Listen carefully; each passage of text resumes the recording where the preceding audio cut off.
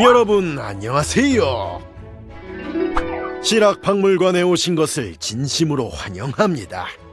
저는 반개 유형원이라고 합니다. 제가 1622년생이니까 올해로 400살이 조금 안 되었네요.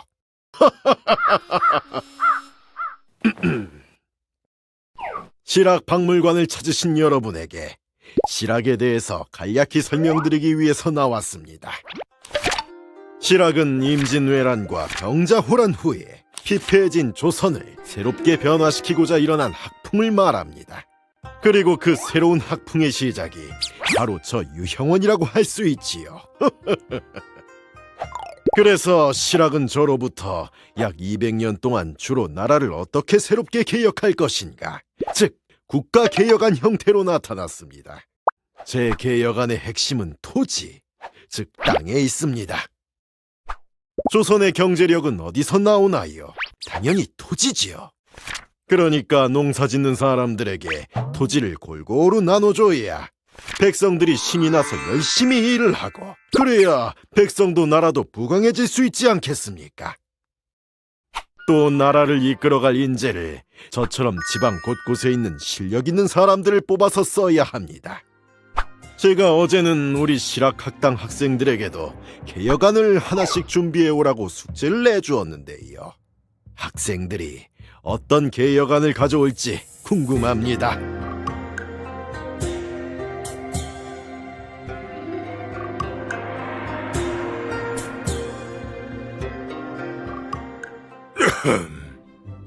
선생님, 안녕하십니까? 아이고, 우리 성호 이익반장님 오셨습니까? 조선의 개혁안 숙제는 해오셨나요? 예, 선생님. 저 역시 선생님의 평소 가르침대로 조선의 근본 산업인 농업이 잘 되어야 하고 백성들이 부지런하고 또 절약해야 한다고 생각합니다. 아하, 그렇습니까? 구체적으로요? 지금 일하지 않고 놀고 먹는 양반들이 얼마나 많습니까? 국가적으로 봤을 때 참으로 큰 손해입니다. 양반도 무슨 일이든 생산 활동을 해야 합니다. 그리고 땅에서 나오는 물자는 무한한 것이 아니니 백성들이 잘 살려면 아끼고 또 아끼는 방법밖에는 없습니다. 오케이! 성호 이익의 개혁안은 땅과 사람, 근면과 절약이라는 것이죠. 예, 선생님. 아유, 성호 형님. 그렇게 해서 어느 세월에 백성들이 잘 살겠습니까? 나라가 부자가 되려면 투자와 교역을 해야죠. 정부는 도로를 쫙쫙 깔고 그 도로 위로 물건을 가득 실은 수레가 빛의 속도로 오가며 교역을 해야죠. 그래야 경제가 살아나서 백성들의 생활이 넉넉해지지 않겠습니까? 형님, 청나라에 안 가보셨지요?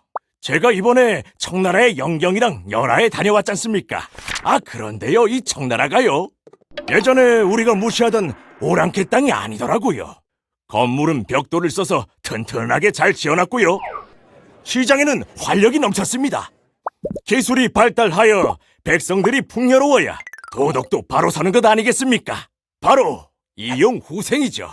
선생님, 이용후생을 위한 제 개혁안의 핵심은요, 외국의 선진 문물과 기술을 배우자, 복학, 즉 선진 문물을 배우자입니다.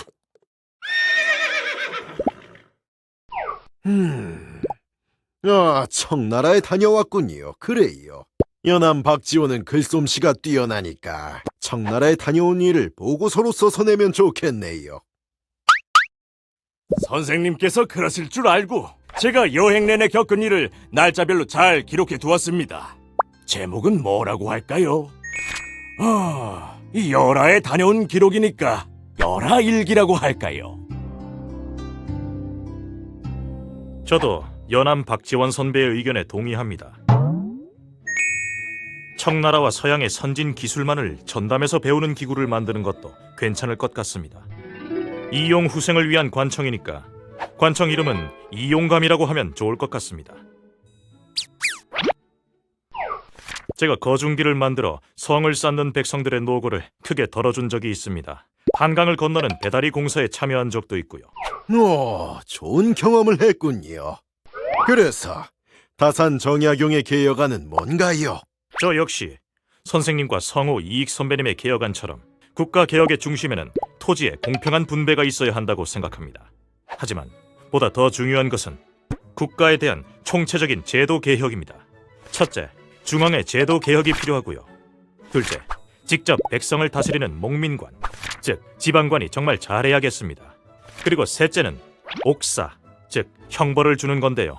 신중하게 해서 억울한 백성이 없도록 해야 합니다. 판타스틱! 훌륭한 구상입니다.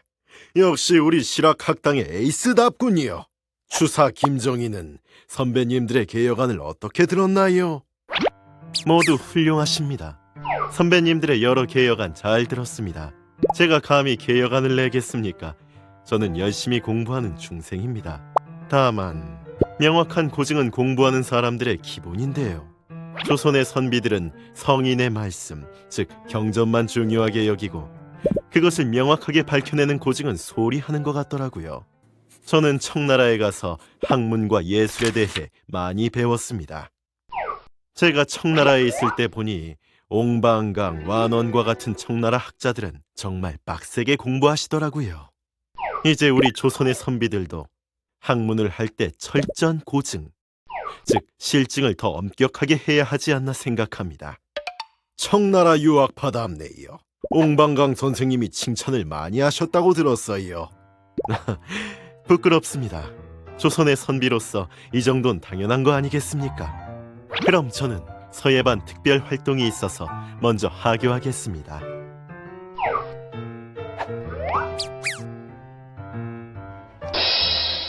네, 실학학당 학생들의 개혁안을 잘 들으셨나요? 개혁안을 간략히 정리하면 이렇습니다.